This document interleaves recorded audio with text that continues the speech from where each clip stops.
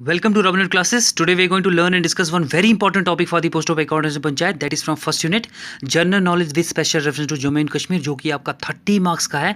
तो आज का जो आपका टॉपिक है वो है क्लाइमेट ऑफ इंडिया। आपका इस वीडियो को देखना इसलिए ज़रूरी है कि हमने जो है इस वीडियो में कोशिश की है कि आपको ईजी से ईजी तरीके से ये टॉपिक समझ आ जाए। हमने मैप्स और डायग्राम्स की हेल्प ली है और हमने क्या किया हुआ है ड्यूरिंग लेक्चर और एंड पे हमने क्या किया हुआ है 10 मोस्ट इंपॉर्टेंट एमसीक्यूज लिए हैं रिलेटेड टू दिस टॉपिक, जो कि जेकेएसएसबी में, जेकेपीएससी में और यूपीएससी में आ चुके हैं। तो आपका काम है इस वीडियो को स्टार्टिंग से लेकर एंड तक देखिए, आपके बहुत सारे डाउट क्लियर हो जाएंगे। चलिए विदाउट वेस्टिंग योर टाइम हम इस लेक्चर को शुरू करते हैं। लेक्चर शुरू करने से पहले आपको क्या होना चाहिए, आपको वेदर और क्लाइमेट के बीच में डिफरेंस बिटवीन पता होना चाहिए, जो कि मैंने पहले भी वीडियोज़ में बताया हुआ है आपको। अगर आपने पहले यूनिट से कोई भी वीडियो मिस की है तो इस चैनल की प्लेलिस्ट में जाके आप देख सकते हैं। तो चलिए देखते हैं वेदर और क्लाइमेट के बीच में क्या डिफरेंस बिटवीन है।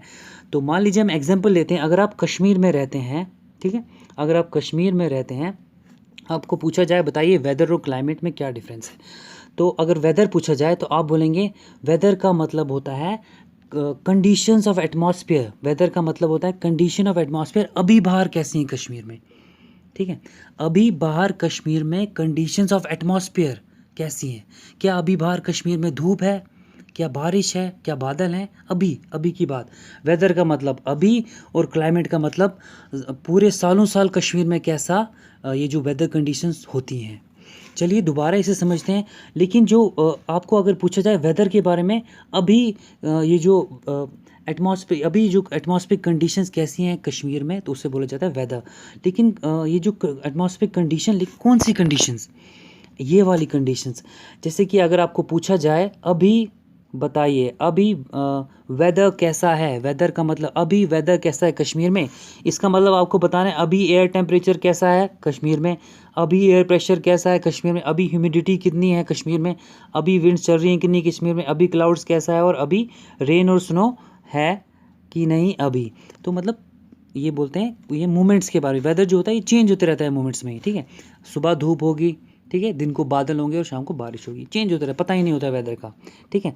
अगर आपको पूछा जाए क्लाइमेट बताइए कश्मीर का, तो आपको बोलना है सालों साल कश्मीर में कैसा ये जो वेदर कंडीशंस होती हैं, मतलब सालों साल कश्मीर में एयर टेम्परेचर कैसा होता है, एयर प्रेशर कैसा होता है सालों साल, एयर ह्यूमिडिटी कैसी होती है, ह्यूमिडिटी हुआ amount of moisture in the air, और विंड्स कैसी चलती हैं कश्मीर में सालों साल, क्लाउड्स कितने होते हैं कश्मीर में, कब कब आते हैं, और रेन और स्नो कब पड़ती है कश्मीर में सालों साल। तो वेदर का मतलब होता है शॉर्ट टर्म के लिए और क्लाइमेट का मतलब होता है लॉन्ग टर्म के लिए, ठीक है। आपको लॉन्ग टर्म के लिए क्लाइमेट और वेदर का मतलब अभी अभी के बारे में बताओ, क्लाइमेट का मतलब सालों साल कश्मीर में कैसा क्लाइमेट होता है। तो अगर हमें और चीज़ यहाँ पे याद रखनी, इन सब का अगर हम मीन एवरेज निकालें, इन सब का फॉर ए शॉर्ट टर्म के लिए, ठीक है, शॉर्ट टर्म के लिए, इसका मतलब हम उसे कहा जाता है वेदर, ठीक है। अगर हम इन्हीं सब का हम ये मीन एवरेज निकालें for a long period of time, तो उससे क्या कहा जाता है, उसे क्लाइमेट कहा जाता है।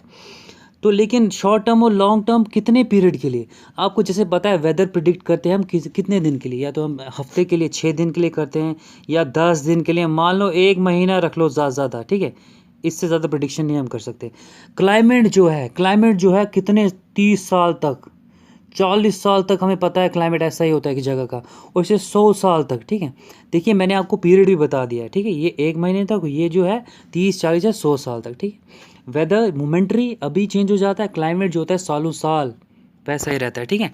चलिए आगे समझते हैं इसे। दूसरा पॉइंट जो हमारा क्या था, तो सेकंड पॉइंट हमारा है वो है, जैसे कि मैंने बता दिया, ये जो है weather it is not static but keep changing from time to time, it can not be generalise. Weather जो होता है ये चेंज होते रहता है, इसे हम जनरलाइज नहीं कर सकते। मान लीजिए सुबह धूप होती है, शाम को बादल, दिन को बादल और शाम को बारिश, मतलब चेंज होते रहता है, स्टैटिक नहीं रहता है, जनरलाइज नहीं, समझ नहीं सकते हम, जनरलाइज नहीं कर सकते। लेकिन जो क्लाइमेट है वो उसे हम जनरलाइज कर सकते हैं, उसे हम समझ सकते हैं, ठीक है।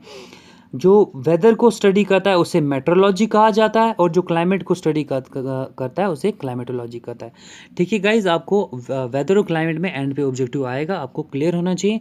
वेदर जो होता है शॉर्ट टर्म के लिए होता है, पीरियड भी मैंने बता दिया कि ज़्यादा से ज़्यादा आप 1 मंथ ले लो, ठीक है, इतने तक प्रिडिक्ट कर सकते हैं। लेकिन क्लाइमेट जो होता है 30 ईयर्स तक, 30 40 या 100 साल तक, ठीक है। ये आपको याद रखना है बिल्कुल। क्लाइमेट लॉन्ग टर्म के लिए होता है और वेदर शॉर्ट टर्म। अभी बताओ अभी कैसा मौसम है, क्लाइमेट मतलब सालों साल कैसा मौसम रहता है कश्मीर में। सो गाइज ये था वेदर और क्लाइमेट के बारे में थोड़ा सा मैंने आपको बता दिया। So we shall start this topic, जो आपका टॉपिक है आज क्लाइमेट ऑफ इंडिया। चलिए बने रहिए।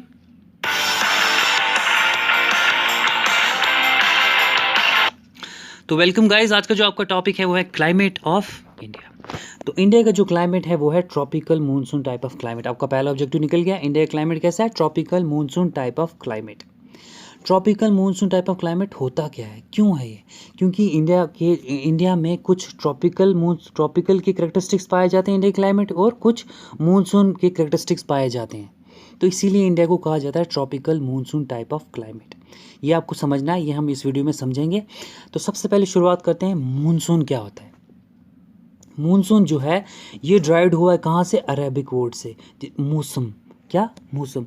मौसम का मतलब होता है वेदर। क्या होता है? मौसम का मतलब क्या होता है? मौसम का मतलब होता है वेदर। तो ये जो मूनसून है, मूनसून ये किसने ये कॉइन किया था वर्ड? ये कॉइन किया था एक अरेबिक स्कॉलर थे जिनका नाम था अल मसूदी। क्या नाम था उनका? अल मसूदी। ये आपको याद रखना है। तो ये अल मसूदी थे, अरेबिक स्कॉलर थे। इन्होंने क्या किया? ये वर्ड कॉइन किया था। ये आपको याद रखना है बिल्कुल। तो जो मूनसून का मतलब, मूनसून जो है अरेबिक वर्ड से ड्राइव्ड हुआ जिसका मतलब होता है मौसम। मौसम का मतलब होता है वेदर। तो वेदर, तो मूनसून का एक और मतलब होता है, मूनसून का मतलब होता है seasonal reversal of winds during the course of year. साल में क्या होता है? सीजनल रिवर्सल ऑफ विंड्स होती हैं। इस सीजनल रिवर्सल विंड्स को आगे हम समझेंगे मूनसून टाइप ऑफ क्लाइमेट को अच्छी तरीके से। लेकिन यहाँ मैं आपको बता देता हूँ, मान लीजिए ये जो है इंडिया का नक्शा है। सॉरी, माफ़ी चाहता हूँ अगर थोड़ा गलत होगा। तो इसी तरीके से आपको जैसे पता है समर्स में क्या होता है, याद रखिएगा। समर्स में क्या होता है? साउथ वेस्ट से क्या होता है? साउथ वेस्ट से एक ठंडी तेज़ हवाएं आती हैं, विंड आती है अपने साथ मॉइस्चर कैरी करके, और कहाँ बिखरा देती हैं? इंडिया में बारिश करना शुरू कर देती हैं। तो साउथ वेस्ट से आ रही है, ठीक है। अब जो है रिवर्स गियर लगता है इनका कब? विंटर्स में। कब लगता है? विंटर्स में। तो विंटर्स में क्या होता है? यही विंटर्स में क्या होता है? हिमालयन इधर से, कहाँ से? नॉर्थ ईस्ट से क्या होता है? रिवर्सल ऑफ विंड्स होती हैं, और वो कहाँ गिराती हैं मॉइस्चर? इंडिया में। तो इसे ही कहा जाता है मूनसून, ठीक है। तो इसे ही कहा जाता है seasonal reversal of winds. South west से गई पहले समर्स में इंडियन सब कॉन्टिनेंट पर, फिर नॉर्थ ईस्ट से विंटर्स में आई इंडियन सब कॉन्टिनेंट में, फिर गिराए। तो ये मूनसून बनाती है इंडिया में, हमारा क्लाइमेट बनाती है इंडिया में। तो यही आपको आगे पढ़ने अच्छी तरीके से आगे हम पढ़ेंगे। तो आपको यहाँ पे याद रखना है इंडिया का क्लाइमेट जो है ट्रॉपिकल मूनसून टाइप क्लाइमेट है। मूनसून कहाँ से ड्राइव्ड हुआ है? मौसम से, अरबिक वर्ड जिसका मतलब वेदर होता है। और ये किसने किया था? ये किया था डिस्कवर अल मकसूदी ने कॉइन किया था। तो मैंने आपको बताया सीजनल रिवर्सल का मतलब क्या होता है? पहले समर्स, इससे साउथ वेस्ट से आना, साउथ वेस्ट से आना, और फिर नॉर्थ ईस्ट से आना, ठीक है। रिवर्स हो जाना, रिवर्स गियर लग जाता है इनका, ठीक है। चलिए आगे इसे और अच्छी तरीके से समझाते हैं। तो ये जो टाइप ऑफ क्लाइमेट है ये कहाँ पाया जाता है? Tropical monsoon. तो ये पाया जाता है साउथ और साउथ ईस्ट एशिया में। याद रखिए गाइस, ये रहा आपका साउथ और साउथ ईस्ट एशिया। यहाँ पर इस तरीके का क्लाइमेट पाया जाता है, ट्रॉपिकल मूनसून टाइप ऑफ यहाँ पर पाया जाता है। चलिए आगे समझते हैं इसे अच्छी तरीके से। और लेकिन क्या होता है हमारे इस क्लाइमेट में, जो है हमारा ट्रॉपिकल मूनसून क्लाइमेट में बहुत सारी वेरिएशंस हैं। आप समझ लिए हर स्टेट में अलग अलग टाइप ऑफ क्लाइमेट है। परेशान हो जाता है बंदा, वेरिएशंस इन द क्लाइमेट है, ठीक है। तो इंडिया का क्लाइमेट समझना बहुत मुश्किल है, वेरिएशन है हमारे क्लाइमेट में। मान लीजिए आप कोस्टल रीजन्स में जाएंगे अगर, वहाँ पर क्या होता है? डे और नाइट में ज़्यादा फर्क नहीं होता है। वहाँ पर मॉडरेट क्लाइमेट होता है। क्या वहाँ पर क्या होता है? ना ज़्यादा गर्मी होती है ना ठंड होती है। अगर आप कोस्टल एरिया, कोस्टल मतलब जो किनारे में, समुद्र किनारे में, अगर हम वही इंटीरियर रीजन्स में जाए, वहाँ पर क्या होता है? डे और नाइट में ह्यूज फ़र्क होता है, ठीक है। अगर इंटीरियर रीजन में जाए, वहाँ पर गर्मियाँ भी बहुत ज़्यादा होती है और सर्दियाँ भी बहुत ज़्यादा होती हैं, ठीक है। तो ये मसला ये ऐसा है क्यों? यही हम इस वीडियो में आगे पढ़ेंगे। चलिए आगे चलते हैं। तो जैसे कि मैंने आपको बता दिया, हम अगर नॉर्थ की बात करें वहाँ बहुत कहीं पे ठंड होती है बहुत ज़्यादा, लद्दाख और कश्मीर में ले लें बहुत ज़्यादा ठंड, जम्मू में गर्मी। और अगर हम इंटीरियर्स की बात करें वहाँ पर क्या होता है, वहाँ बहुत ज़्यादा गर्मियाँ भी बहुत ज़्यादा होती है और सर्दियाँ भी बहुत ज़्यादा होती है। नॉर्थ ईस्ट में देखें बारिश बहुत ज़्यादा पड़ती है, यहाँ पर राजस्थान पंजाब हरियाणा में बारिश ही नहीं होती है। तो कोस्टल एरियाज़ में क्या होता है, मॉडरेट क्लाइमेट रहता है, मतलब एक अच्छा क्लाइमेट रहता है, ना ज़्यादा गर्मी ना ज़्यादा ठंडी। तो देखिए एक वेरिएशंस है हमारे क्लाइमेट में। चलिए इसे आगे समझते हैं अच्छी तरीके से। और तो टॉपिक शुरू करने से पहले गाइस आपको 3 चीज़ें पता होनी चाहिए। अगर आपको ये 3 चीज़ें समझ आए, मान लीजिए आपका 40% क्लाइमेट ऑफ इंडिया निकल जाएगा, अगर आपको स्टार्टिंग में ये 3 चीज़ें समझ आ गई। जैसे कि आपको लैंड और सी ब्रीज समझनी है, उसके बाद आपको समझना है आल्टीट्यूड के बारे में, उसके बाद आपको समझना है इक्वेटर के बारे में। ये बेसिक चीज़ें आपको पता होनी चाहिए। अगर आपको ये समझ आई तो मान लीजिए 40% आपका क्लाइमेट चले गया, आपका हो जाएगा। फिर बचा आपका 60, वो तो ईजी है, वो आपको ऐसे ही समझ आ जाएगा। चलिए समझते हैं, लैंड और सी ब्रीज से शुरू करते हैं। ध्यान रखिए गाइज, ये चीज़ समझ आ गई आपको तो फिर आपको आगे पूरा समझ आ जाएगा। ये मेन चीज़ है यहाँ पर, ठीक है।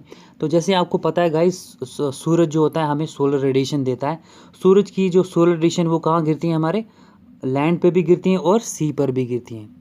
तो लैंड जो होता है वो जल्दी हीटअप हो जाता है। क्या हो जाता है, लैंड जल्दी हीटअप हो जाता है। लेकिन जो सी जो होती है वो कोल्ड ही रहती है। क्या रहती है, कोल्ड ही रहती है, ठीक है। इतना समझ आ गया। सूरज की रोशनी लैंड पे गिरी और लैंड जो जल्दी गर्म हो गया, लेकिन जो ओशन होता है वो जल्दी गर्म, उसे टाइम लगता है जल्दी गर्म होने में और ठंडा होने में भी टाइम लगता है। तो ये ओशन की खास बात। तो अब आपको कॉमन सेंस की बात है, अगर सूरज गिरा लैंड पे तो वहाँ पर टेम्परेचर जो हो जाता है, टेम्परेचर इंक्रीज़ हो जाता है। क्या हो जाता है, टेम्परेचर इंक्रीज़ हो जाता है। लेकिन जो ओशंस में जो होता है टेम्परेचर लो ही रहता है। क्या रहता है, टेम्परेचर लो ही रहता है ओशंस में। क्यों, क्योंकि वहाँ ठंडा ही होता है और गर्म होने में टाइम लगाता है। तो टेम्परेचर कहाँ होता है, गर्मी कहाँ होती है ज़्यादा, वो लैंड पे होती है गर्मी, और ठंडी कहाँ होती है ज़्यादा, ओशंस में होती है, ठीक है। इतना आपको समझ आ गया, बिल्कुल क्लियर है। सूरज की रोशनी गिरी कहाँ गिरी, लैंड पे गिरी और ओशन पे गिरी। लैंड जल्दी हीटअप हो गया और ओशंस लेट टाइम लगाते हैं हीटअप होने में। तो जो लैंड होते हैं वहाँ पर क्या होता है, वहाँ पर टेम्परेचर इंक्रीज़ हो जाता है, गर्मी ज़्यादा बढ़ जाती है। और लेकिन ओशंस पे टेम्परेचर जो होता है वो लो ही रहता है, ठीक। इतना क्लियर हो गया आपको।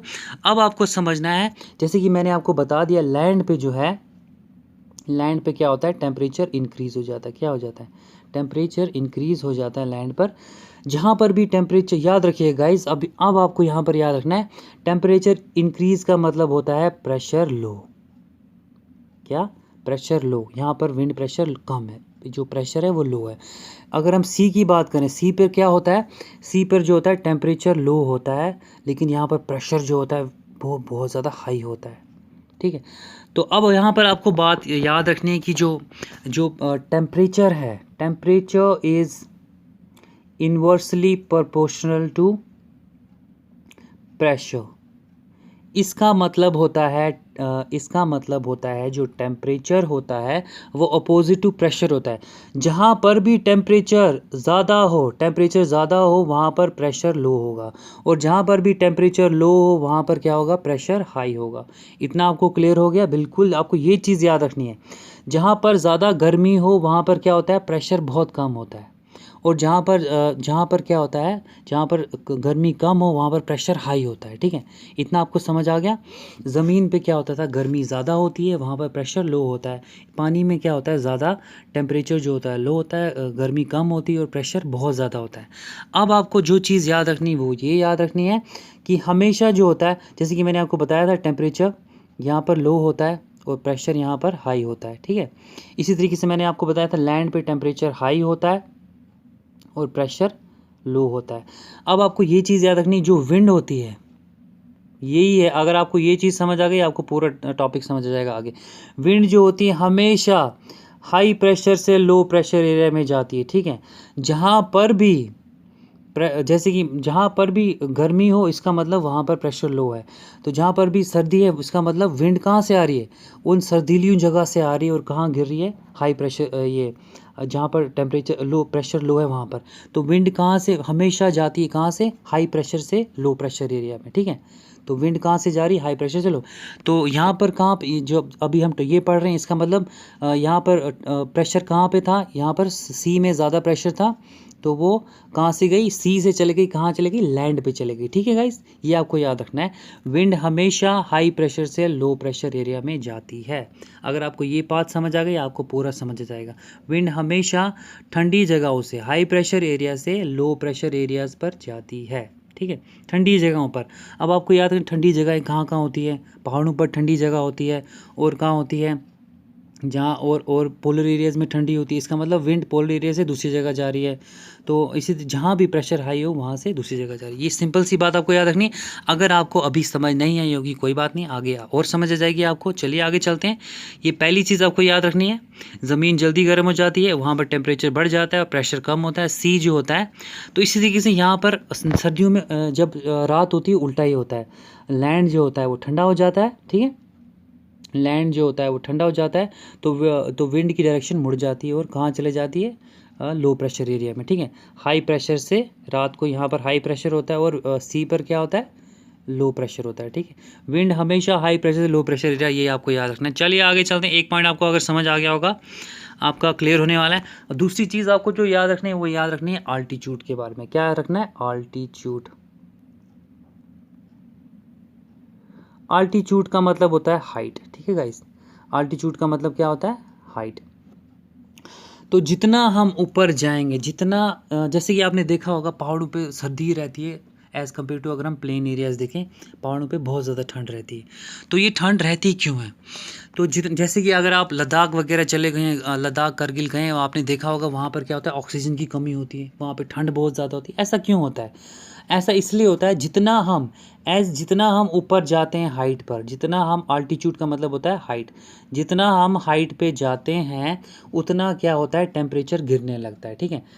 मान लो गाइज आप चले गए कितना, 166 मीटर्स आपने, अगर आप 166 मीटर ऊपर जाते हैं, राइज करते हैं, इसका मतलब क्या है, आप 1 डिग्री आपका टेम्परेचर कम होता है। क्या होता है, 1 डिग्री आपका टेम्परेचर कम होता है। 166 मीटर राइज पर क्या होता है, 1 डिग्री आपका टेम्परेचर कम होते रहता है, और ऊपर जाता है बहुत ज़्यादा कम हो जाता है, ठीक है। ऑक्सीजन ही नहीं होता, वहाँ गैसेज ही नहीं होती, ठीक है। तो ऐसा क्यों होता है कि पहाड़ों पे जो है, पहाड़ों पे ठंड रहती है और ज़मीन पर नहीं रहती, वो इसलिए होती है क्योंकि आपने एटमॉस्फेयर सुना ही होगा, एटमॉस्फेयर में गैसेज होती हैं बहुत ज़्यादा, ठीक है। तो पूरे हमारे एटमॉस्फेयर में गैस, एटमॉस्फेयर जो एक ब्लैंकेट ऑफ गैसेज होता है, ठीक है। तो अगर हम चोटी पे जाएं, जितनी हाइट पे जाते हैं, ये जो ब्लैंकेट ऑफ गैसेज होता है ये थिन होता है। क्या होता है, थिन होता है। तो ये जो ब्लैंकेट ऑफ गैसेज होता है ये थिन होता है, कहाँ पर, जितनी हाइट पर क्या होता है, ये थिन होता है। थिन मतलब बहुत ही पतला, वहाँ पर गैसेस टिकती नहीं। लेकिन हम नीचे देखें ज़मीन पर जो होता है ये थिक होता है। क्या, ये जो ब्लैंकेट गैसेस जो होती हैं वो थिक होती हैं, बहुत ज़्यादा कंसंट्रेशन में होती है, ठीक है। लेकिन हम उतनी हाइट पे जाएं तो इसीलिए क्या होता है, जो कंसंट्रेशन ऑफ गैसेस होती हैं ये क्या करती हैं, सोलर रेडिएशंस को ऑब्जर्व कर लेती हैं। तो जहाँ पर ज़्यादा गैसेस होती हैं वो ज़्यादा ऑब्जर्व, इसीलिए नीचे जो वो ऑब्जर्व कर लेती हैं, इसीलिए नीचे जो होता है गर्मी होती है। तो यहाँ पर भी अगर हम देखें सोलर रेडिएशन ये ऑब्जर्व नहीं कर पाता, क्योंकि ये थिन ब्लैंकेट होता है। आपने देखा होगा ग्लोबल वार्मिंग के बारे में सुना होगा, कैसे वो ग्लोबल वार्मिंग जो गैसेज होती हैं वो ऑब्जर्व करती हैं सोलर रेडिएशन को और टेम्परेचर बढ़ाती हैं। तो इसी तरीके से हम देखते हैं हाइट पर क्या होता है, जो गैसेस होती हैं कम होती हैं, अगर नीचे देखें नीचे कॉन्सेंट्रेशन ऑफ गैसेस बहुत ज़्यादा होता है। तो इसकी वजह से क्या होता है, ये गर्मी को ऑब्जर्व करता है और नीचे टेम्परेचर बहुत ज़्यादा होता है as compare to higher places. तो अब आपका क्वेश्चन होना चाहिए कि नीचे ही क्यों गैसेस ज़्यादा होती हैं, ऊपर क्यों नहीं होती। वो नीचे इसलिए क्योंकि यहाँ पर जो ग्रेविटेशनल पुल होता है वो उसको पकड़ के रखता है। तो ये था गाइस आपको बताने के लिए कि जितना हम ऊपर जाते हैं हमारा जो टेम्परेचर जो होता है वो कम होते जाता है और ठंड होती रहती है ऊपर, ठीक है। मैंने आपको बताया 166 मीटर हम ऊपर जाते हैं तो 1 डिग्री हमारा टेम्परेचर कम होता है। ये आपको याद इसलिए कम होता है क्योंकि जो हमारा जो ब्लैंकेट ऑफ एटमॉस्फेयर जो होता है ऊपर थिन होता है, नीचे क्या होता है, थिक होता है। क्या, नीचे थिक कॉन्सेंट्रेशन ज़्यादा होती है। जो सोलर रेडिएशन आती है वो इनको ऑब्जर्व करती है, नीचे गर्मी कर देती है, ऊपर नहीं रह पाती हैं वो, ठीक है। ये आपको सिंपल सा याद रखना है। चलिए 2 चीज़ें अगर आपको समझ आ गई होंगी आपको आगे क्लियर हो जाएगा। जो आपको आखिरी चीज़ आपको याद रखनी है वो ये याद रखनी है, ये जो है हमारा ग्लोब जो है इक्वेटर, ये जो है हमारा ग्लोब है, ठीक है। आपको पता ही है हमारा अर्थ जो है किस शेप में होता है, जियोइड शेप में होता है, ठीक है। जियोइड शेप का मतलब होता है ये जो होता है फ्लैट होता है पोलर एरिया से और बीच में बल्की होता है, ठीक है। इतना आपको पता है। जियोइड शेप, जहाँ भी ऑब्जेक्टिव आएगा जियोइड लगा दीजिएगा आप। तो जियोइड शेप होता है हमारा अर्थ। आपको यहाँ याद ये रखना है कि जो हमारा अर्थ जो है कुछ इमेजिनरी लाइंस में डिवाइड है, ठीक है। मैंने लैटिट्यूड और अल्टीट्यूड के बारे में बताया था। लैटिट्यूडनल लाइंस ये वाली हुई, ठीक है, पैरेलल वाली, और अल्टीट्यूड लाइंस हुई ये वाली लाइंस हुई, ठीक है। ये भी आपको क्लियर है। ये इसलिए होती है, ये लोकेशन पता करने किसी जगह का, ये इसलिए बनाई हुई है, हमें कुछ गड़बड़ ना हो, ठीक है। तो और आपको इसमें एक और चीज़ याद रखनी है। हमारा जो अर्थ है वो एक इमेजिनरी लाइन से डिवाइड है, उसे कहा जाता है इक्वेटर, जो 0 डिग्री पे होता है, इक्वेटर। तो इक्वेटर क्या है, अर्थ को डिवाइड करता है नॉर्थ और साउथ पोल में। ये बेसिक चीज़ें बता रहा हूँ, तभी जाके आगे आपको क्लियर होगा, ठीक है। इक्वेटर को डिवाइड किया है नॉर्थ और साउथ। इक्वेटर क्या करता है, अर्थ को 2 हिस्सों में डिवाइड करता है, नॉर्थ और साउथ पोल में। फिर आपको याद रखना है, यहाँ पर ट्रॉपिक ऑफ कैंसर पड़ता है और यहाँ पर ट्रॉपिक ऑफ कैप्रिकॉर्न पड़ता है। कितने पे पड़ता है, 23.26 22 नॉर्थ पे पड़ता है ट्रॉपिक ऑफ कैंसर, और ट्रॉपिक ऑफ कैप्रिकॉर्न 26.22 साउथ में पड़ता है, ठीक है। ये आपको बिल्कुल याद रखना है ऐसे ही। तो ये Tropic of Cancer, Tropic of Capricorn होती क्या है, ये क्रूशियल डिमार्केशन लाइन्स होती हैं, ठीक है। तो ये मैं आपको इसलिए बता रहा हूँ क्योंकि जो इक्वेटर का एरिया यहाँ पर Tropic of Cancer, Tropic of Capricorn से लेकर ट्रॉपिक ऑफ कैंसर तक, इसके बीच में जो भी एरिया यहाँ पर बहुत ज़्यादा गर्मी रहती है, ठीक है। इक्वेटर और ट्रॉपिक इनके बीच में गर्मी है। बाकी जो एरियाज़ यहाँ पर बहुत ज़्यादा ठंड होती है पोलर एरियाज़ में, ठीक है। ये आपको याद रखना है, ठीक है।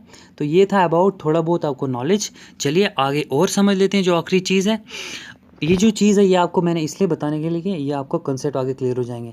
तो यहाँ पर आपको याद ये रखना है कि आपको पता है जो सन की जो रेज़ हैं वो डायरेक्टली कहाँ पड़ती हैं, इक्वेटर पे पड़ती हैं। कहाँ पड़ती हैं, डायरेक्ट कहाँ पड़ती हैं, वो इक्वेटर पे पड़ती हैं, ट्रॉपिक ऑफ कैंसर पे पड़ती हैं, बताऊंगा कब कब, और ट्रॉपिक ऑफ कैप्रिकॉर्न पे पड़ती है, ठीक है। तो सोलर रेडिएशन का डायरेक्ट पड़ना इन जगहों पे, इसका मतलब यहाँ बहुत ज़्यादा गर्मी रहती है, इन एरियाज़ में बहुत ज़्यादा गर्मी रहती है। इक्वेटर में ज़्यादा गर्मी होती है। यहाँ पर तो मैं बताऊंगा ट्रॉपिक ऑफ कैंसर पे कब गर्मी पड़ती है और ट्रॉपिक ऑफ कैप्रिकॉर्न पे कब पड़ती है, ठीक है। ये जो ट्रॉपिक ऑफ कैंसर पे जो होता है, सूरज की लाइट पड़ती है जून में पड़ती है, ठीक है। जून 21 को पड़ती है ट्रॉपिक ऑफ कैंसर पर, और इसी के दिसंबर 22 को पड़ती है कहाँ पर, ट्रॉपिक ऑफ कैप्रिकॉर्न पर, डायरेक्ट सनलाइट। तो इसका मतलब मेरा ये मतलब है आपको समझाने का कि जहाँ पर भी सनलाइट डायरेक्ट पड़ी, इसका मतलब वहाँ पर गर्म एरियाज़ है। तो इक्वेटर जहाँ, तो इसी तरीके से इक्वेटर एरियाज़ वाले जो भी होंगे वो गर्म होंगे। तो इसी तरीके से आर्कटिक जो भी है पोलर एरियाज़, वहाँ पर बहुत ज़्यादा ठंड होती है। तो चलिए अगर आपको ये बेसिक चीज़ें 3 चीज़ें समझ आ गई होंगी।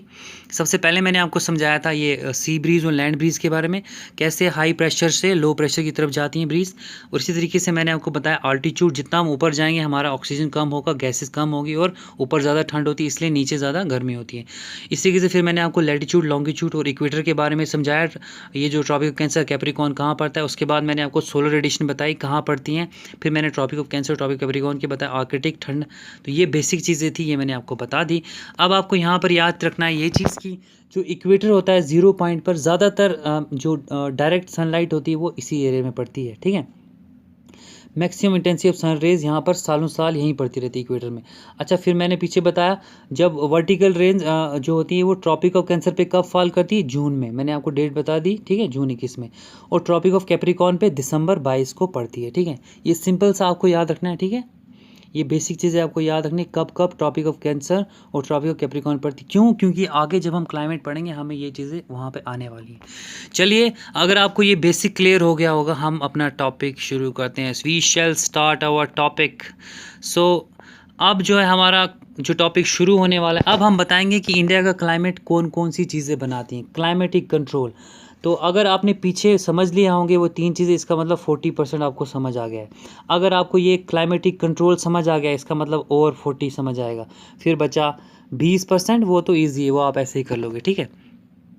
चलिए देखते हैं क्लाइमेटिक कंट्रोल क्या होता है। Climatic control factor that control the variation in temperature in the climate. ये जो है वेरिएशन जो चेंज होता रहता है क्लाइमेट इंडिया में, वो कंट्रोल करती हैं। तो देखते हैं कौन सी 6 चीज़ें इंडिया का क्लाइमेट बनाती हैं, वो हम आगे पढ़ेंगे। अगर आपको ये समझ आ गया, इसका मतलब 40% क्लियर। तो देखते हैं जो ये 6 चीज़ें वो हैं latitude, altitude, pressure and wind system, distance from the sea, ocean current और रिलीफ फीचर्स। अगर आपको ये 6 चीज़ें समझ आए इसका मतलब 40% और आपको समझ आ गया, आपका क्लाइमेट ख़त्म है। चलिए इसको एक एक करके समझते हैं। लैटिट्यूड समझते हैं सबसे पहले। जैसे कि ये मैंने आपको पीछे थोड़ा समझाया और समझा। लैटिट्यूड का मतलब होता है, चलिए इससे पहले डायग्रामिकली समझते हैं बाद में आगे। लैटिट्यूड का मतलब होता है, आपको पता ही है सन की, जैसे कि मैंने पीछे बताया, सन की जो सोलर जो डायरेक्ट वर्टिकल रेज है वो कहाँ पड़ती है, अर्थ इक्वेटर पे पड़ती हैं, ठीक है, इक्वेटर पे पड़ती हैं, ठीक है। तो इक्वेटर जो अर्थ की शेप होती है वो कैसी होती है, वो एक जैसे जियोइड शेप है। जैसे कि मैंने आपको बताया कैसी शेप है अर्थ की, जो जियोइड शेप है, ठीक है, जियोइड शेप है, जिसकी वजह से क्या होता है, इसका कर्वेचर नेचर की वजह से क्या होता है, जब सोलर रेडिएशन सिर्फ इक्वेटर पे ज़्यादा पड़ती है, फिर मैंने आपको बताया ट्रॉपिक ऑफ कैंसर और ट्रॉपिक ऑफ कैप्रिकॉर्न पे भी पड़ती है, लेकिन जैसे ही ये सन रेज पोलर एरियाज़ की तरफ जाने लगती हैं, टेम्परेचर डिक्रीज होने लगता है, वहाँ ठंड होने, क्योंकि डायरेक्टली नहीं पहुँच पाती है वहाँ पर।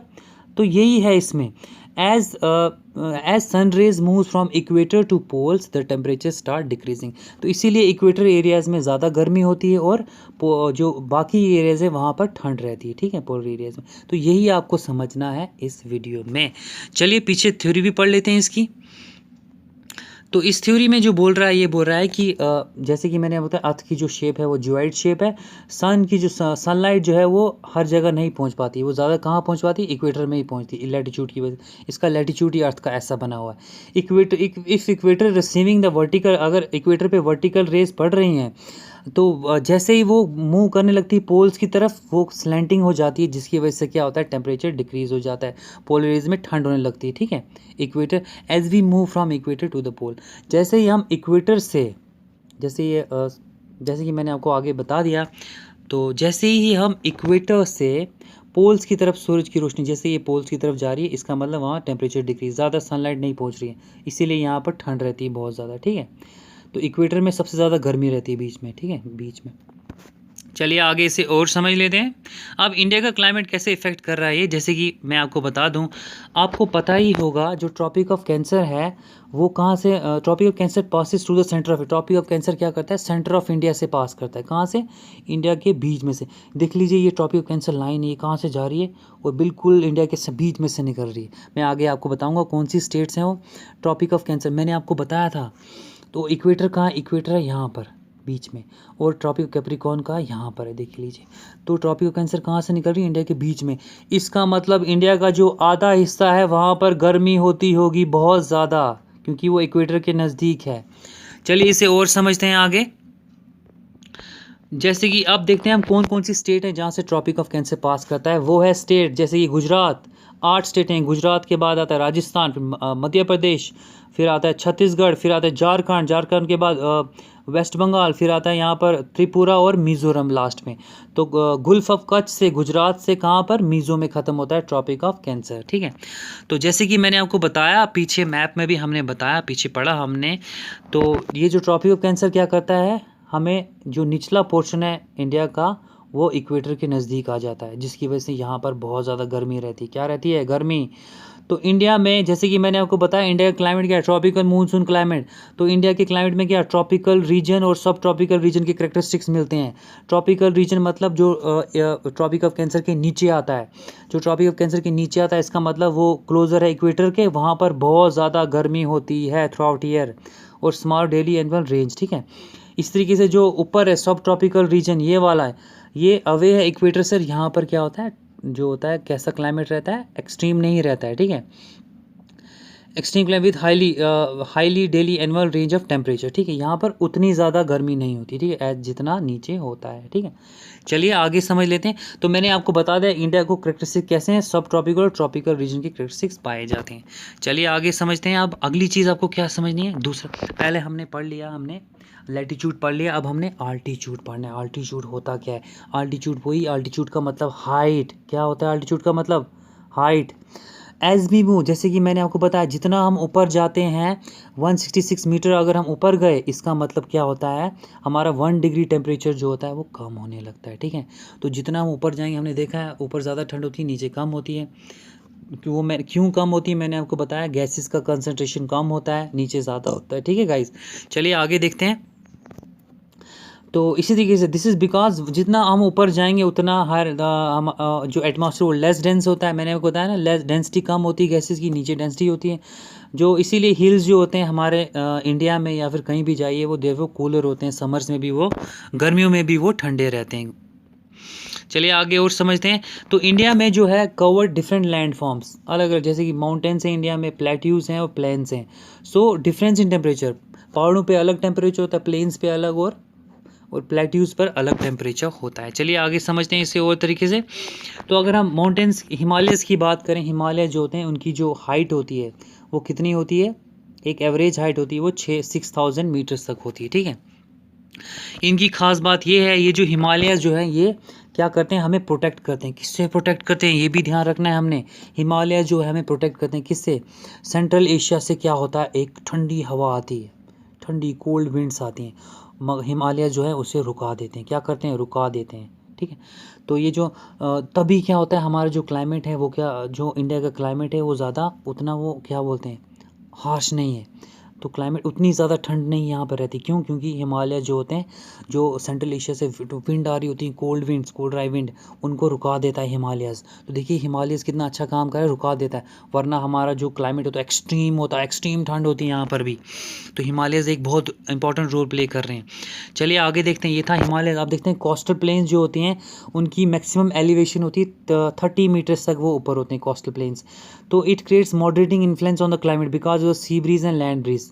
तो जैसे कि मैंने आपको बता दिया, इस कोस्टल प्लेन्स का मतलब ये है, जो भी कोस्टल रीजन्स होते हैं हमारे इंडिया में, मान लीजिए कोस्टल रीजन है हमारे इंडिया का, तो जैसे ही यहाँ से साउथ वेस्ट से ये विंड आ गई, यहाँ पर क्या होता है, जो हमारे कोस्टल प्लेन्स की एलिवेशन होती है, यहाँ पर घाट्स होते हैं कुछ वेस्टर्न घाट्स, वो क्या करते हैं, इन विंड्स को रोक देते हैं और यहाँ पर बहुत ज़्यादा बारिश होती है, ठीक है, ठीक है।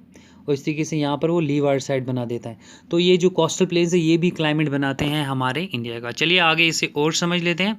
तो जैसे कि मैंने पीछे समझाया आपको लैंड और सी ब्रीज के बारे में, तो मैंने जैसे आपको बताया दिन के टाइम क्या होता है, तो दिन के टाइम ज़मीन जल्दी गर्म हो जाती है और पानी ठंडा रहता है।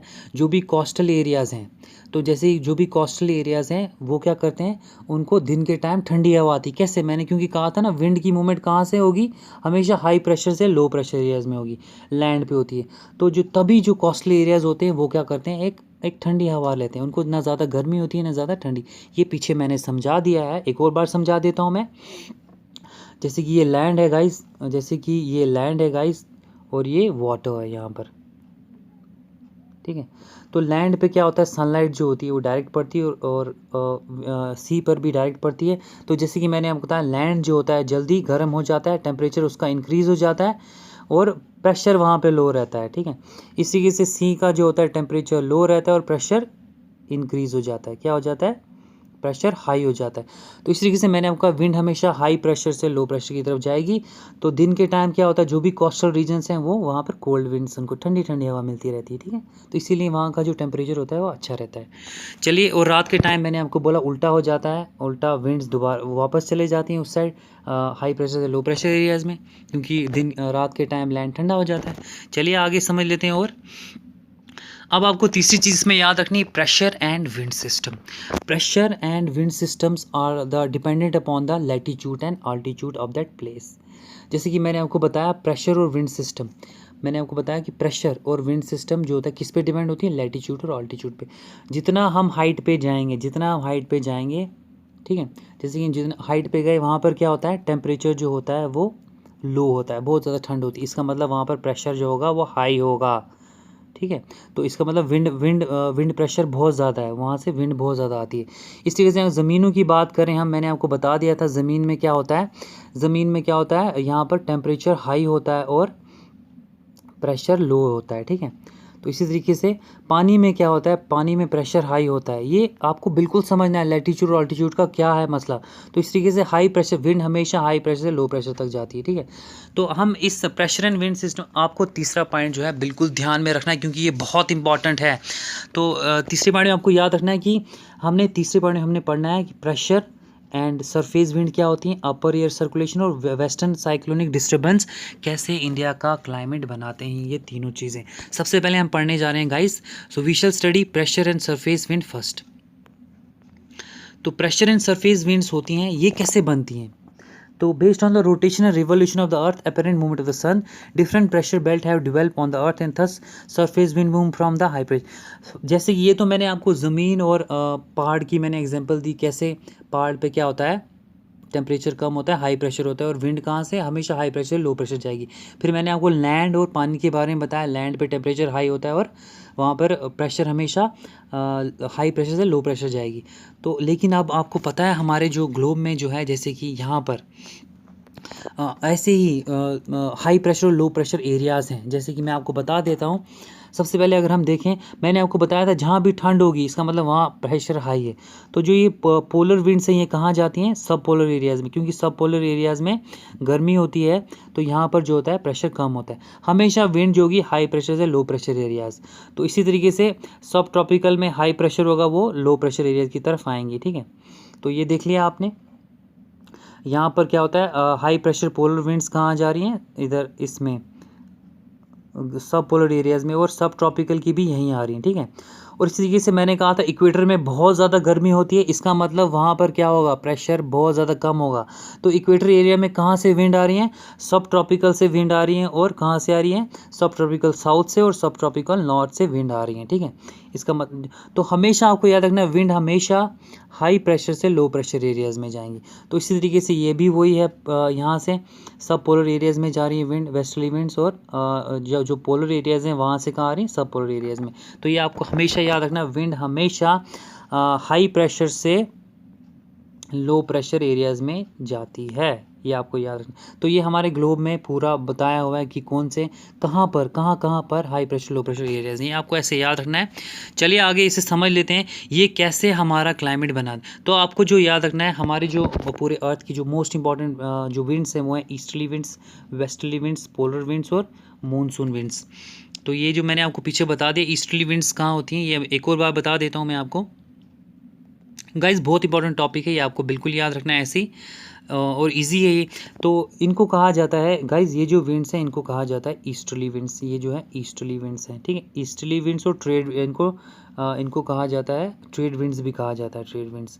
और ये आई वेस्टर्ली विंड्स, यहाँ पर वेस्टर्ली विंड्स, ठीक है, ये वेस्टर्ली विंड्स हैं। और ये सब पोलार विंड्स हैं, ठीक है, ये पोलार विंड्स हैं, पोलार विंड्स हैं, ठीक है। तो ये आपको मैंने बता दिया। तो हमारा जो क्लाइमेट बनाती है इंडिया में, वो बनाती हैं, ये आपको याद रखना है, वो बनाती हैं मूनसून विंड्स।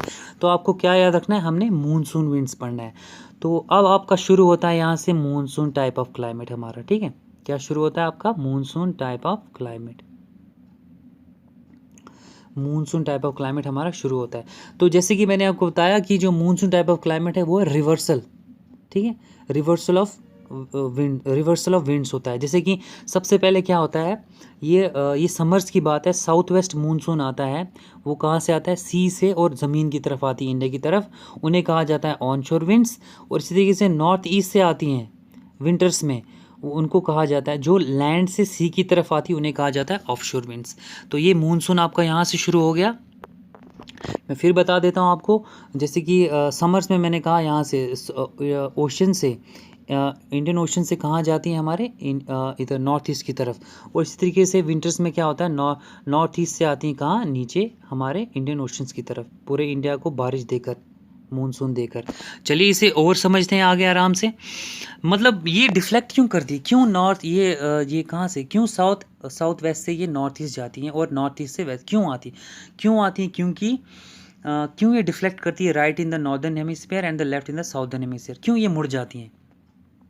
ये इसलिए मुड़ती है बिकॉज ऑफ द कोरिलियस फोर्स की वजह से ही मुड़ती हैं। ऑब्जेक्टिव आ सकता है, it is apparent force cause by the rotation of earth. ये एक अपरेंट फोर्स है, ये कैसे काज होती है, जब अर्थ रोटेट करता है उसकी वजह से। अर्थ रोटेट जब करता है 1600 kilometre west to east, west से लेकर ईस्ट की तरफ, वेस्ट से लेकर ईस्ट की तरफ, इसका मतलब कोरिलियस फोर्स क्रिएट होती है, और हमारा ये जो विंड्स जो होती हैं डिफ्लेक्ट करती हैं। तो इसे ही कहा जाता है फेरेल्स लॉ। क्या कहा जाता है, फेरेल्स लॉ। ऑब्जेक्टिव वास्ता याद रखिएगा। तो हमारा जो मैंने आपको बता दिया, हमारा जो मानसून टाइप ऑफ क्लाइमेट है वो है, जैसे कि अगर हम विंटर्स और समर्स की बात करें, विंटर्स में कहाँ से आती है, नॉर्थ ईस्ट से आती है, ये याद रखिएगा। नॉर्थ ईस्ट से विंड आ रही है कहाँ से, हाई प्रेशर एरिया से आ रही, हिमालय से आ रही कोल्ड ड्राई विंड्स, और वो क्या करती है, लो प्रेशर एरिया की तरफ आती है, over the ocean of the south की तरफ चले जाती है और इंडिया में बारिश दे देती है। इस तरीके से समर्स की बात करें, समर्स में क्या होता है, कंप्लीट रिवर्सल ऑफ डायरेक्शन होता है विंड्स का ड्यूरिंग समर। एयर जो होती है वो कहाँ से राइज होती है, high pressure area southern Indian ocean से राइज होती है, साउथ ऑफ ईस्टर्ली डायरेक्शन से, और क्रॉसिंग द इक्वेटर, और इक्वेटर को क्रॉस करके कहाँ टर्न्स राइट हो जाती है और लो प्रेशर एरिया इंडियन सबकंटिनेंट पहुँच जाती है और वहाँ पर क्या करती है, मानसून देती है और मॉइस्चर गिरा देती है, बहुत ज़्यादा रेनफॉल होती है इंडियन मैनलैंड में। ये मैंने आपको क्लियर करा दिया। ये होता है नॉर्थ ईस्ट मानसून, ये साउथ वेस्ट का, ठीक है। ये बिल्कुल आपको याद रखना है ऐसे ही, ये हमारा मानसून बनाती हैं। चलिए आगे देख लेते हैं, इसे और समझ लेते हैं आगे।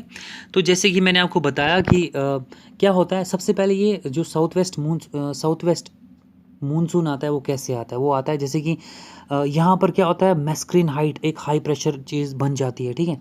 यहाँ पर हाई प्रेशर एरिया बन जाता है, तो यहाँ से विंड्स आती हैं, वो कहाँ चले जाती हैं, यहाँ की तरफ। तो इक्वेटर को क्रॉस करते करते यहाँ पर अफ्रीका के एक एरिया में पहुँचती है, यहाँ से डिफ्लेक्ट होती है कहाँ के लिए, वो राइट मिड जाती हैं और इंडिया के ऊपर गिराती है। और इसी तरीके से जब यहाँ पर हिमालय से क्या होता है, नॉर्थ ईस्ट से जब ये होती हैं सर्दियाँ होती हैं तो ऊपर से नीचे की तरफ आती हैं और यहाँ पर गिर जाती हैं, ठीक है। तो इस तरीके से ये हमारा मानसून बनाते हैं, हमारे क्लाइमेट को इफेक्ट करते हैं। चलिए आगे देखते हैं। तो जैसे कि ये मैंने आपको बता दिया पीछे से भी, समर्स में क्या होता है, ये जो साउथ वेस्ट से आती हैं, साउथ वेस्ट से आ रही हैं और यहाँ पर बारिश गिरा रही हैं, और इस तरीके से विंटर्स में क्या हो रहा है, हिमालय से आ रही हैं और हाई प्रेशर से लो प्रेशर एरिया की तरफ आ रही हैं। ये आपको याद रखना है, ये हमने 2-3 बार पढ़ लिया। चलिए आगे देखते हैं। और जो अपर एयर सर्कुलेशन, ये कैसे हमारे क्लाइमेट को इफेक्ट करता है। अपर एयर सर्कुलेशन मतलब जेट स्ट्रीम। एक जेट स्ट्रीम एक ऐसी विंड होती है, ये क्या करती है, ये आपने सुना होगा जो हमारी लेयर्स ऑफ एटमॉस्फेयर हैं, जैसे कि आपने ट्रोपोस्फेयर सुना होगा। ट्रोपोस्फेयर होती है सबसे नीचे, हमारी जो लोवेस्ट लेयर होती है ट्रोपोस्फेयर। ट्रोपोस्फेयर के बाद आती है हमारी स्ट्रेटोस्फेयर। जो ट्रोपोस्फेयर और स्ट्रेटोस्फेयर के बीच में जो होती है स्ट्रेटो, उसे ट्रोपोपास कहा जाता है। तो ये जो जेट स्ट्रीम होती है कहाँ पाई जाती है, 9 किलोमीटर, 9 और 8 किलोमीटर पर ये पाई जाती है जेट स्ट्रीम। और बोलते हैं ये बहुत तेज़ चलती है, बहुत तेज़। मान लो आप इसका जो स्पीड होगी वो 110 होगी या 180 तक होगी इसकी स्पीड, और इसीलिए इसको जेट स्ट्रीम कहा जाता है। ये during the second world war लोग अमेरिकन जेट फाइटर प्लेन्स ने डिस्कवर की थी, जब वो जापान से लड़के वापस आ रहे थे। उन्होंने डिस्कवर किया, जैसे ही वो जापान से लड़के वापस आ रहे थे, उन्होंने देखा एक obstruction of an air circulation, कोई हवा जो है उन्हें ऑब्स्ट्रक्ट कर रही है, जिससे उनकी जो स्पीड है जहाज़ की वो कम हो रही है। तो उन्होंने वहाँ डिस्कवर की थी ये जेट स्ट्रीम। तो जेट स्ट्रीम जो होती है ये बहुत ग्रेट स्पीड पे, that is why it's called jet stream. तो ये हमारा क्लाइमेट कैसे बनाती हैं, चलिए इसे आगे समझ लेते हैं। तो ये जेट स्ट्रीम क्या होती है, ये क्या, ये वेस्ट से आती है, ठीक है, वेस्ट से आती है और एक यहाँ पे जाती है और एक यहाँ पर तिब्बत पे मिल जाती है, ठीक है। कहाँ मिलती हैं, तिब्बत पर। वेस्ट से आती हुई तेज़ हवा कहाँ मिलती है, तिब्बत पर। तो यहाँ पर क्या वो एंटी साइक्लोन्स बना देते हैं, क्या बनाते हैं, जिसकी वजह से यहाँ पर बारिश पड़ती है, ठीक है। और क्या होता है, ये तो मैंने आपको कहा vastly jet stream, vastly jet stream. तो क्या होता है, यही जो होती है ये ईस्टली जेट स्ट्रीम बनती है और ये कहाँ चले जाती है, यहाँ पर। तो ईस्टली जेट स्ट्रीम यहाँ पर और इंडिया का मानसून फिर बनाती है, ठीक है। तो जेट स्ट्रीम जो होती है ये भी हमारा क्लाइमेट बनाती है, आपको याद रखना है। कैसे ये एक वेस्ट से आती है, वेस्टली जेट स्ट्रीम, और यहाँ पर एक ये बनाते हैं, एंटी साइक्लोन बनाते हैं और यहाँ पर क्लाइमेट दे देते हैं, यहाँ पर दे देते हैं। अच्छा, ये तिब्बत में ही क्यों गिरते हैं, क्योंकि तिब्बत जो होता है यहाँ पर टेम्परेचर जो होता है बहुत ज़्यादा बढ़ जाता है। तो ये क्या करता है, ये अट्रैक्ट करता है, जो भी ये जो विंड्स आती हैं ये उनको अट्रैक्ट करता है अपनी तरफ, क्योंकि विंड जो होती है हमेशा हाई प्रेशर एरिया से लो प्रेशर एरिया जाती है। यहाँ पर लो प्रेशर होता है इसलिए यहाँ पर अट्रैक्ट होती है। चलिए आगे इसे और समझ लेते हैं। तो जेट स्ट्रीम जो होती है वो लोकेटेड है 27.30 डिग्री नॉर्थ लैटिट्यूड और नोन है, इन्हें सब ट्रॉपिकल वेस्टली जेट स्ट्रीम भी कहा जाता है। ये इंडिया पे ब्लू करती है, ठीक है, समर्स में भी करती है और विंटर्स में भी करती है, ठीक है। तो ये आपको ये देख लेना है अच्छी तरीके से। चलिए आगे, टाइम कम है इसलिए आगे देख लेते हैं हम और अच्छी तरीके से।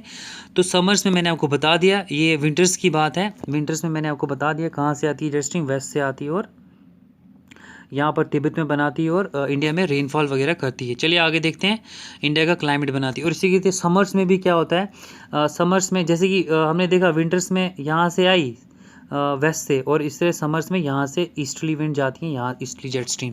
तो ये दोनों चीज़ें क्लाइमेट बनाती हैं इंडिया का। चलिए आगे देखते हैं। अगला जो है western cyclonic disturbance. Western cyclonic disturbance मतलब जो एक डिस्टर्बेंस जो कहाँ से आ रहा है, वेस्ट से आ रहा है। वेस्ट से कहाँ से आ रहा है, ये मेडिटेरियन सी। चलिए इससे पहले आगे मैप पे समझ लेते हैं। आपने देखा होगा यहाँ पर ये मेडिटेरियन सी है, मेडिटेरियन सी से एक साइक्लोन आता है, कहाँ से, मेडिटेरियन सी से, और वो कहाँ पहुँचता है, ईरान, ईरान से अफगानिस्तान, अफगानिस्तान से इंडिया। और इंडिया में क्या करता है, ये नॉर्थ वाले एरिया पे क्या देता है, रेनफॉल देता है, और रेनफॉल के साथ साथ वो यहाँ पर स्नो भी देता है। चलिए इसे डिटेल में पढ़ लेते हैं पीछे से, तो टाइम कम होने की वजह से जल्दी जल्दी पढ़ लेते हैं। तो वेस्टर्न साइक्लोनिक डिस्टर्बेंस जो होता है एक वेदर फिनोमिना जो कहाँ उगता है, वेस्टर्न सी में इसका ऑरिजिनेट होता है, occurred in the month of winter में, and cause rainfall in the, ये विंटर में होता है, और ये क्या करता है, रेनफॉल देता है नॉर्थ और northern western part of India. याद रखिएगा गाइस, ये कब विंटर्स में आता है वेस्टर्न साइक्लोनिक डिस्टर्बेंस, और इंडिया में इंडिया का क्लाइमेट बनाता है, ठीक है। नॉर्थ और western part of the north और northern western parts of India में बनाता है क्लाइमेट। और जो ये मॉइस्चर लेकर आता है, ये कहाँ से लाता है, मेडिटेरियन सी से लाता है, और एंड द अटलांटिक ओशन से। और ये कहाँ की तरफ आते हैं, ईस्ट की तरफ आते हैं, इंडिया की तरफ, जैसे मैंने आगे मैप में बता दिया आपको।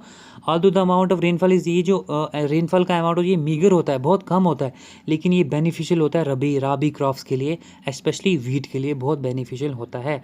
तो यही wind, same wind cause snowfall in the mountains, और यही जो साइक्लोनिक विंड्स है रेनफॉल के साथ साथ स्नोफॉल भी देती हैं हमारे इंडिया में, नॉर्थ और, याद रखिए किस पार्ट पर, नॉर्थ और northern western part of India पर। ये था वेस्टर्न साइक्लोन डिस्टर्बेंस का। चलिए आगे देखते हैं। और अगर हम वेस्टर्न डिस्टर्बेंस, तो मैंने आपको बता दिया ये कहाँ से आ रही, मेडिटेरियन सी से, ईरान, ईरान से अफगानिस्तान, अफगानिस्तान से इंडिया। तो ये आप याद रखिए। अच्छा ये ऑरिजिनेट कैसा होता है, ये यहाँ देख लीजिए, मैंने आपको बता दिया क्या कहाँ से आता है और इंडिया में पहुँचता है, ठीक है गाइस। तो ये इंडिया में रेनफॉल स्नो देता है, मैंने आपको बताया राबी क्रॉप के लिए अच्छा होता है ये। चलिए अगली चीज़ देखते हैं जो इंडिया क्लाइमेट बनाती है, वो है distance from the sea. Distance from the sea, ये मैंने आपको बता दिया। जो कोस्टल रीजन है हमारे, वो कूलर है as compare to inter region. क्यों है कूलर, मैंने आपको बता दिया, एक कूल ब्रीज आती है जो हाई प्रेशर से लो प्रेशर एरिया की तरफ। As the distance from the sea, जितना सी से दूर जाएंगे हम, मिडिल पार्ट में पहुँचेंगे इंडिया कर, वहाँ पर क्या होगा, people experience extreme weather conditions, वहाँ पे क्या होंगी, एक्सट्रीम वेदर्स कंडीशन होगी। चलिए इन्हें आगे समझते हैं अच्छी तरीके से। जैसे कि मैंने आपको बता दिया कि डे टाइम पे क्या होता है, लैंड जल्दी गर्म हो जाता है सी से एज़ कम्पेयर टू सी, वहाँ पर टेम्परेचर इंक्रीज़ होता है, प्रेशर लो होता है, ठीक है। लेकिन सी जो होता है वो वहाँ का टेम्परेचर जो होता है वो लो रहता है, लेकिन प्रेशर जो होता है इसका हाई होता है। तो विंड कहाँ से, ठंडी हवाएं लेकर यहाँ पर कोस्टल एरियाज़ में चलती हैं, और वहाँ पर उनको अच्छा टेम्परेचर देती है। रात के टाइम में उल्टा होता है, जैसे कि मैंने बताया, यहाँ से वहाँ के लिए चलती है। चलिए आगे देख लेते हैं। और तो ये था लैंड, और इसी तरीके से मैंने जो आपको बताया कि जो कोस्टल एरियाज़ होते हैं इसीलिए वहाँ पर ठंडी हवा होती है। तो डिस्टेंस फ्रॉम द सी बहुत इंपॉर्टेंट है, क्लाइमेट बनाता है। चलिए ओशन करंट्स की बात करते हैं। ओशन करंट्स जो होती हैं ये एक large mass of surface water होता है, जैसे कि यहाँ देख लीजिए, ये रही ओशन करंट्स।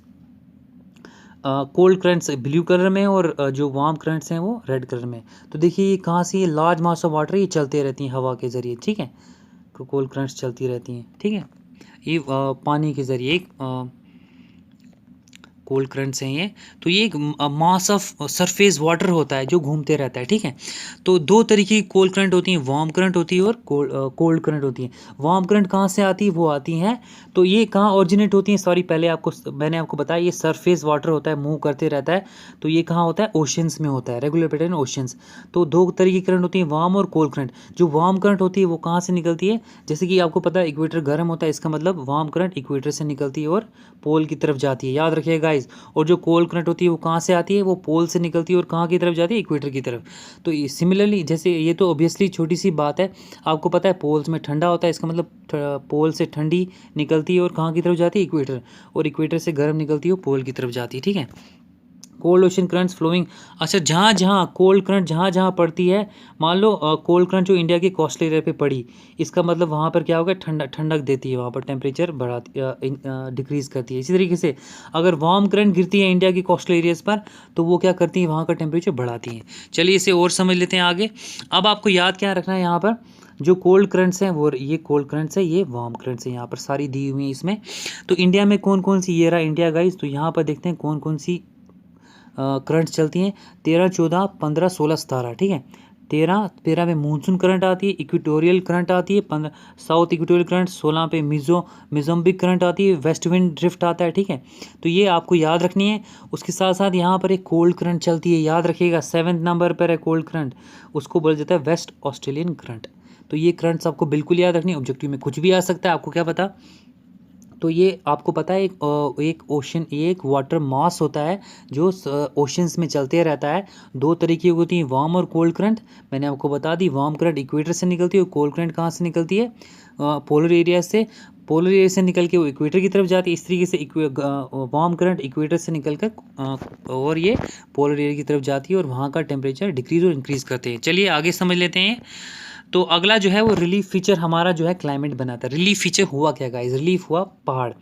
तो ये जैसे मान लीजिए ये पहाड़ है, यहाँ से क्या हुआ, हवा आ रही है, तो पहाड़ क्या होता है, उससे रोकता है। यहाँ पर क्या होता है, हवा अपने साथ मॉइस्चर लेकर आती है, यहाँ पर कंडेंसेशन प्रेसिपिटेशन होती है, यहाँ पर बारिश पड़ती है। तो रिलीफ अपने साथ क्या बनाते हैं, यहाँ पर विंडवार्ड साइड बनाते हैं और इसी तरीके से वो क्या बनाते हैं, यहाँ पर लीवार्ड साइड होती है जहाँ पर बारिश नहीं पड़ती, ठीक है। तो रिलीफ फीचर बहुत एक इंपॉर्टेंट रोल प्ले करते हैं क्लाइमेट बनाने में। चलिए आगे देखते हैं, इसे और समझ लेते हैं।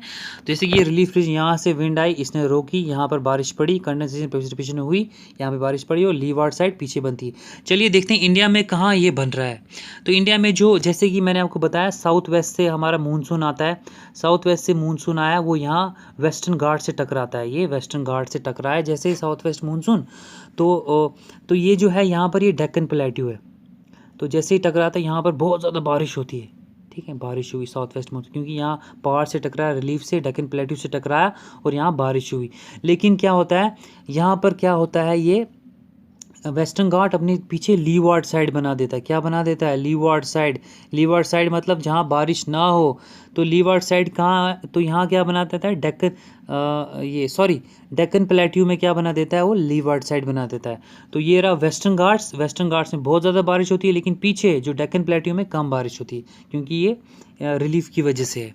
चलिए हमने देख लिया वेस्टर्न घाट कैसे साउथ वेस्ट मानसून की बारिश वहाँ ज़्यादा होती है, इस तरीके से डेक्कन प्लेट्यूज़ में कम होती है। चलिए आगे समझ लेते हैं, और रिलीफ फीचर हमने समझ लिया।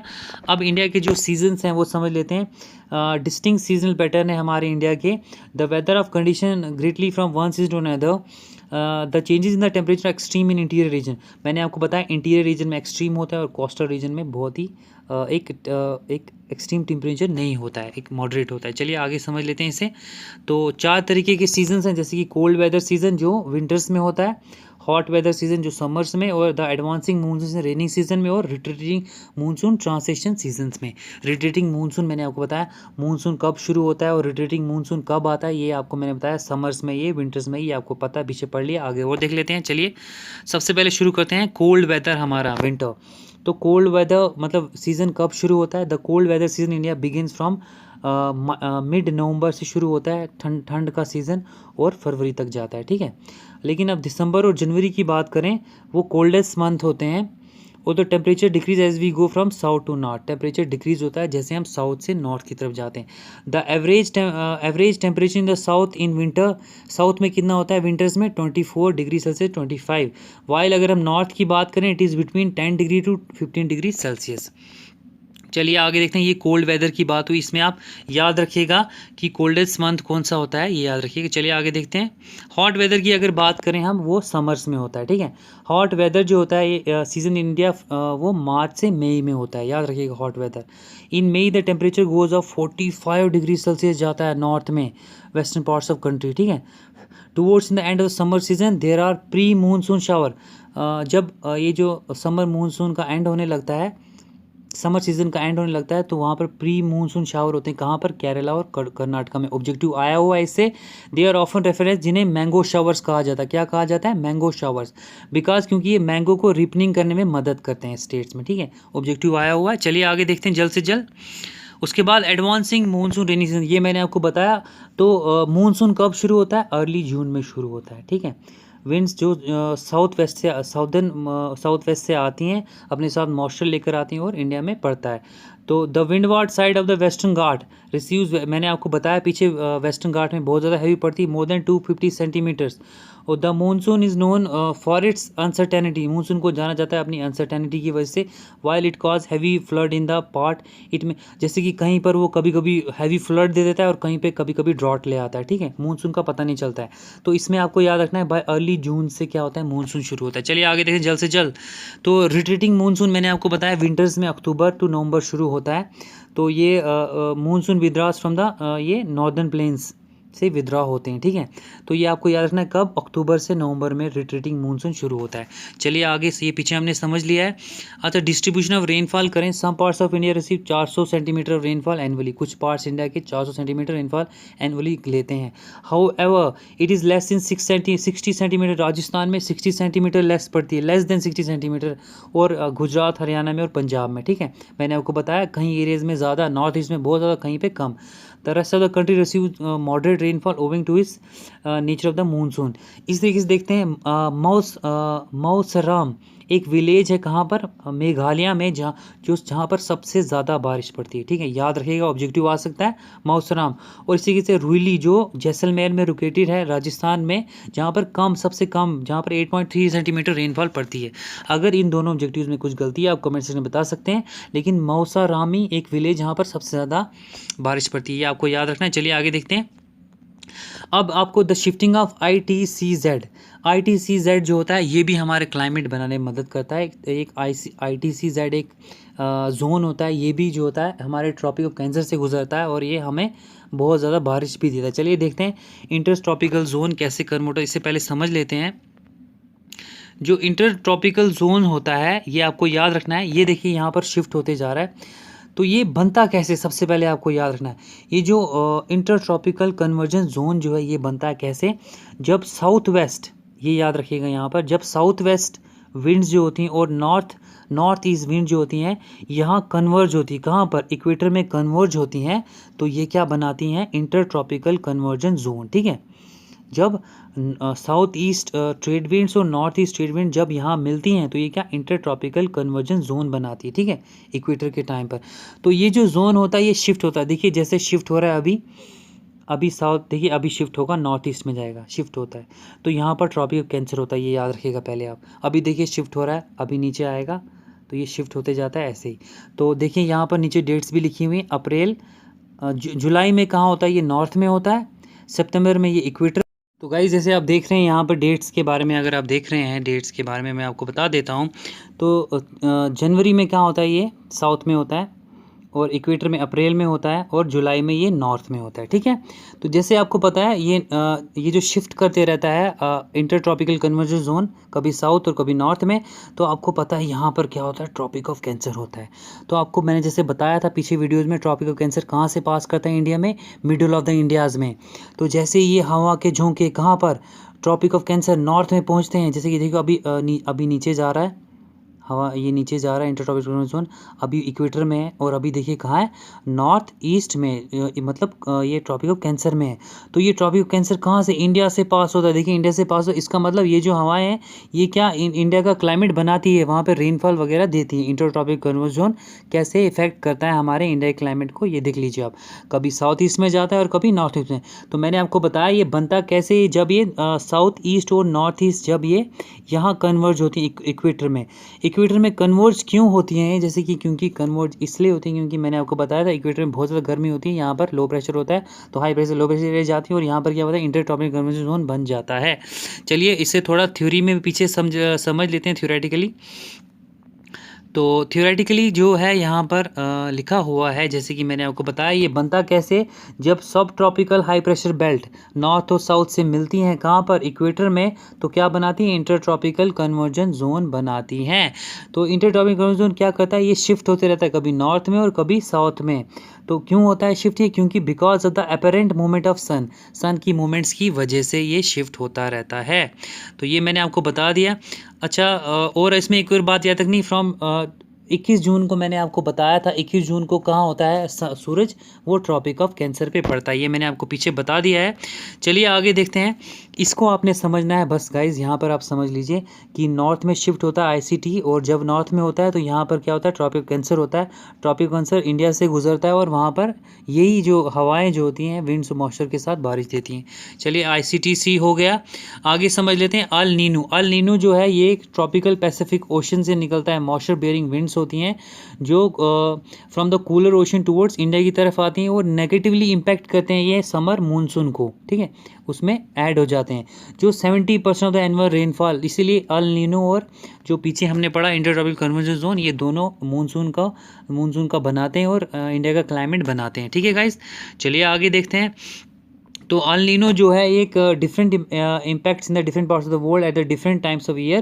During the northern hemisphere summer El Nino has been associated with the droughts in Indonesia, north Australia, India and northern and Latin America पे ये ड्रॉट्स देता है, जैसे कि ये ड्रॉट्स भी ले आता है और ठीक है, ड्रॉट्स और रेनफॉल ले आता है, जैसे कि मैंने पीछे बताया आपको अल नीनो का भी इम्पैक्ट रहता है हमारे क्लाइमेट पे।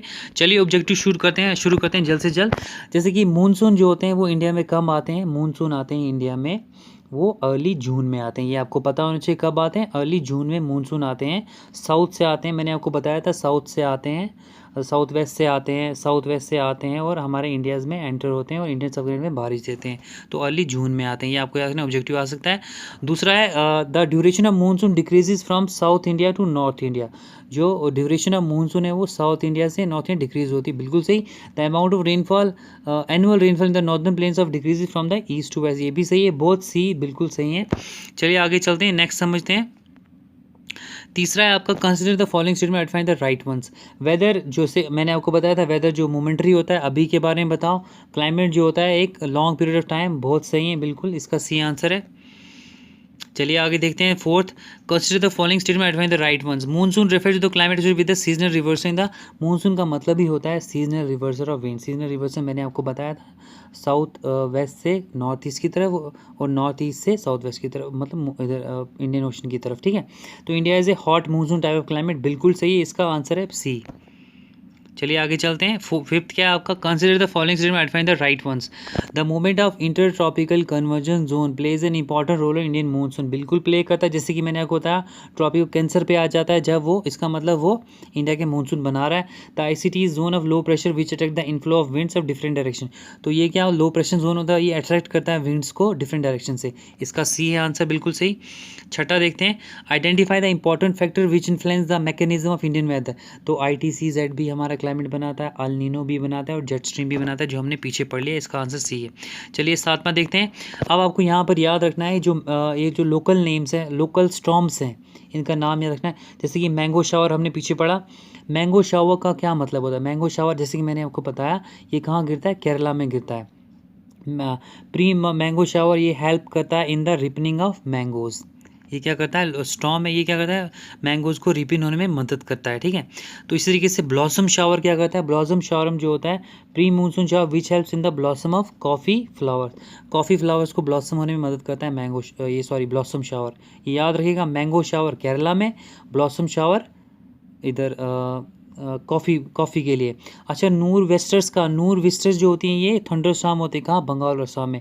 लू चलती है आपको पता ही है, हॉट ड्राई और प्रेसिंग विंड कहाँ चलती है, नॉर्दर्न वेस्टर्न प्लेन्स में। चलिए आगे देखते हैं जल्द से जल्द। अच्छा consider monsoon plays a pivotal role in the aggregate economy of India, बिल्कुल सही है। 75% total rainfall in the country is receive during the south west monsoon season, बिल्कुल सही, इसका आंसर है both A and R true is the correct expression of A, B है इसका। चलिए आगे देखते हैं, consider following statement about retreating monsoon, identify the following. The month of October और नवंबर are known as retreating monsoon. Month of October कोई जो retreat होता है, कहाँ से होता है रिट्रीट, मैंने आपको बताया था नॉर्थ ईस्ट से। It is marked by the clear skies and the rise in temperature, the weather in dry in the north India but associated with the rain eastern part of peninsula, all इसके बिल्कुल ठीक हैं।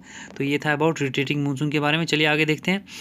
अच्छा जो climate जो what are the important factor response for the weather formation in region, weather बनाने में किसी भी जगह का कौन दो चीज़ें वो करती है, टेम्परेचर और रेनफॉल, तो इसका आंसर है बी, ठीक है गाइस। तो ये था कुछ ऑब्जेक्टिव्स हमारे। तो गाइज़ प्लीज़ अगर आपको पसंद आ गया वीडियो, इस वीडियो को लाइक कीजिए, शेयर कीजिए, सब्सक्राइब कीजिए। और अगर आपको कोई लेक्चर मिस हो चुका है, आप इस चैनल की प्लेलिस्ट में जाके देख सकते हैं। जैसे कि हमने पहला यूनिट हमारा ऑलमोस्ट कंप्लीट ही हो चुका है पूरा। अब हम ऑब्जेक्टिव्स लेकर आएंगे। इसके कुछ बच्चे बोल रहे थे ऑब्जेक्टिव्स, हमने ऑब्जेक्टिव्स MCQs इंपॉर्टेंट अभी लाए नहीं हैं। हम जो भी ऑब्जेक्टिव्स यूनिट में देते हैं, इसका मतलब ये आपके टॉपिक्स को समझाने के लिए, और ये आ चुके होते हैं। अच्छा, आपका क्या काम है, इस चैनल की प्लेलिस्ट में जाकर आप साइंस भी देख सकते हैं, साथ में कंप्यूटर साइंस भी देख सकते हैं, और पहला general knowledge with special reference to 30 marks के 2, और हमने वो भी किया हुआ है, साइंस पोर्शन भी किया हुआ है। तो इस वीडियो को लाइक कीजिए, शेयर कीजिए, सब्सक्राइब कीजिए, और ऑल द बेस्ट आपको प्रिपरेशन के लिए। Thank you guys.